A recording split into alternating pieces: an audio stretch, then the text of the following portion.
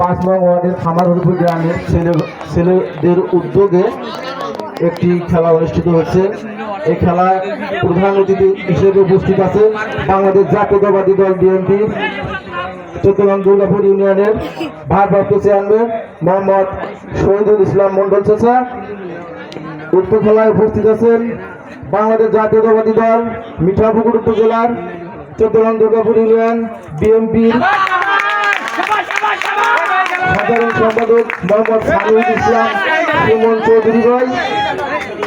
উক্ত খেলায় উপস্থিত আছেন বাংলাদেশ জাতীয়তাবাদী দল বিএনপির 14 নং দুর্গাপুর 5 নং ওয়ার্ডের সভাপতি মোহাম্মদ হারুনুর রশিদ চাচা। উপস্থিত আছেন 5 নং ওয়ার্ডের সাধারণ সম্পাদক মোহাম্মদ শামীম ভাই। উপস্থিত আছেন বাংলাদেশ জাতীয়তাবাদী দল বিএনপির 7 নং ওয়ার্ডের সাধারণ সম্পাদক মোহাম্মদ এরশাদ ভাই। আর উপস্থিত আছেন আমাদের ভাইস চেয়ারম্যান 14 নং দুর্গাপুর ইউনিয়ন পরিষদের ভাইস চেয়ারম্যান মোহাম্মদ মারুফা আক্তার। সবাইকে শুভেচ্ছা জানিয়ে আমি আমার কথা শুরু করছি। আসলে আজকে খুব ভালো লাগতেছে, আমাদের গ্রামের ছেলেরা এই খেলাটা আয়োজন করেছে, খুব ভালো লাগতেছে। আমাদের মাঝে প্রধান অতিথি আমন্ত্রিত অতিথি শামিল ইসলাম সুমন উপস্থিত হয়েছে, আরো খেলাকে প্রাণবন্ত করেছে আমি মনে করি। তাই সকলে করতালির মধ্য দিয়ে আবারও আমাদের এই অতিথিদেরকে বরণ করে নেই, সবাই একটু করতালি দেয়। আর আমি মহিলার উপস্থিতি অনেক দেখতে পাচ্ছি।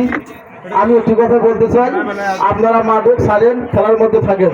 সকল ভাইদেরকে উদ্দেশ্য করে আমি এটাই বলবো, খেলাধুলার মধ্যে থাকেন, মাদক ছেড়ে দেন। কারণ এদিন আমি দেখতেছি মাদকের মধ্যে অনেক ছেলেরাই পড়ে আছে এবং বিশেষ করে মোবাইল ক্যাসিনো, এই সব বাদ দিয়ে আপনারা ভালো কাজ করেন, এই খেলাধুলার মধ্যে থাকেন। এটা শারীরিক চর্চা হয়, শরীর সুস্থ থাকে এবং আল্লাহর রহমতে আপনারা এইসব করবেন, ভালো ভালো কাজ করবেন। ভালো ভালো কাজ করলে আমাদেরকে ডাক দেবেন ইনশাল্লাহ। আমাদের সামিউল ইসলাম সুমন চৌধুরী ভাই, আমাদের প্যানেল চেয়ারম্যান শহীদুল ইসলাম মন্ডল চাচা আপনাদের সাথে থাকবেন, এই আশাবাদ ব্যক্ত করে আমি আমার সংক্ষিপ্ত কথা এখানে শেষ করছি। সকলকে ধন্যবাদ। বাংলাদেশ জাতীয়তাবাদী দল বিএনপি জিন্দাবাদ। আমাদের দেশনেত্রী বেগম খালেদা জিয়ার জন্য আল্লাহ পাক তাকে সুস্থ করে দেয়, আল্লাহর কাছে আশা করি। এবং প্রেসিডেন্ট শহীদ জিয়াউর রহমানকে আল্লাহ পাক যেন জানাতে মেহমান জানায়। এবং আমাদের দেশ নেতা আমাদের চেয়ারম্যান তারেক রহমান যেন বিনয় বেশে আমাদের বাংলাদেশে আসতে পারে, এই আশাবাদ ব্যক্ত করে আমি আমার সংক্ষিপ্ত কথা এখানে শেষ করছি। সকলকে আবারও ধন্যবাদ। আসসালামু আলাইকুম রহমতুল্লাহ।